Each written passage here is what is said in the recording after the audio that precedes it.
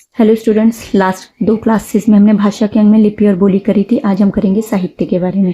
साहित्य को समाज का दर्पण कहते हैं और साहित्य शब्द और अर्थ का एक ऐसा तालमेल है, एक ऐसा कॉम्बिनेशन है जो समाज में हित, प्रेम, करुणा, कल्याण की भावना को दर्शाता है।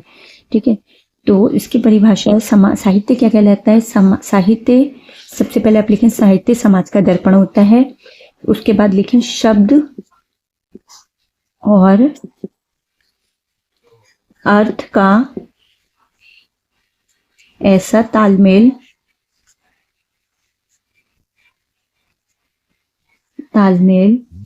जो समाज के हित, प्रेम, करुणा, कल्याण की भावना को व्यक्त करता है या दर्शाता है।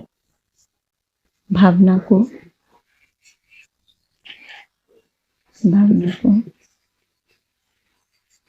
व्यक्त करता है। ठीक है, अब इस साहित्य का मैं आपको शॉर्ट में सिर्फ इतना बताऊंगी। साहित्य के भी 3 प्रकार होते हैं। प्रकार साहित्य के: गद्य काव्य, पद्य और चंपू। यानी कि चंपू उसे बोलते हैं जो इन दोनों का मिक्सचर होता है, गद्य और पद्य का मिश्रण।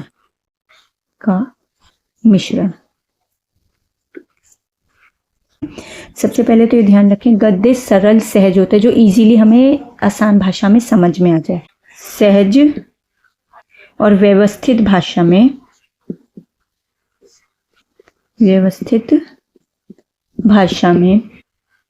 लिखी गई वह रचना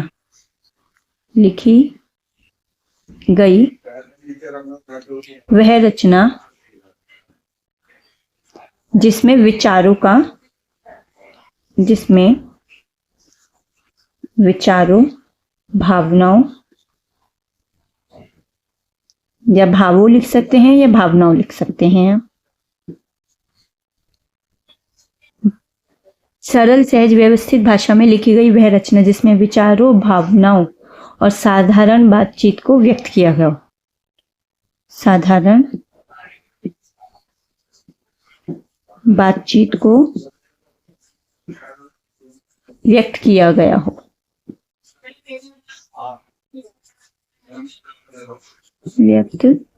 हो। ठीक है, इसमें क्या आते हैं आपके गद्य में? नाटक आता है।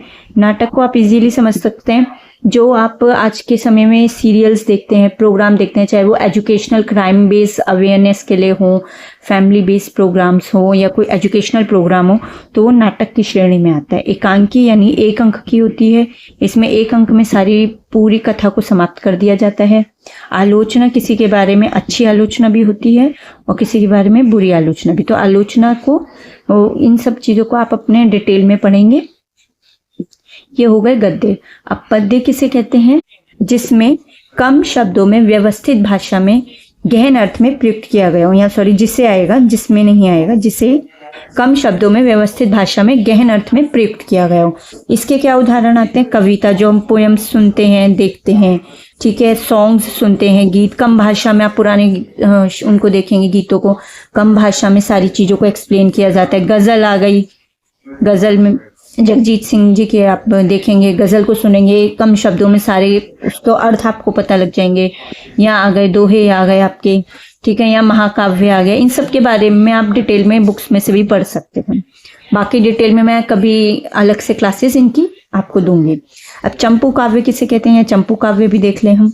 चंपू काव्य यानी गद्य और पद्य, जो कि कथाओं का, कहानियों का मिश्रण और कविताओं का मिश्रण होता है। दोनों का मिश्रण जिससे होता है, जिसमें दोनों की एक्सप्लेनेशन होती है, दोनों की व्याख्या होती है, भाव होते हैं, उसे बोलते हैं चंपू काव्य। यानी कि गद्य की वर्णनात्मकता आएगी इसमें, गद्य की वर्णनात्मकता, भावों की व्याख्या आ जाएगी। वर्णनात्मकता या व्याख्या आप कुछ भी कह सकते हैं, इजी शब्दों में व्याख्या। पद्य की भावनात्मकता, पद्य की भावनात्मकता, ठीक है, यानी कि भावों का समावेश, दोनों का मिला जुला के भावों का समावेश या मिश्रण। ठीक है, इसे बोलते हैं चंपू काव्य। नेक्स्ट क्लास में हम पढ़ेंगे इसका लास्ट और चौथा पार्ट, भाषा के अंक का व्याकरण, जिसमें आपके संज्ञा, स्वरनाम, वर्ण, व्यंजन सब शुरू होंगे।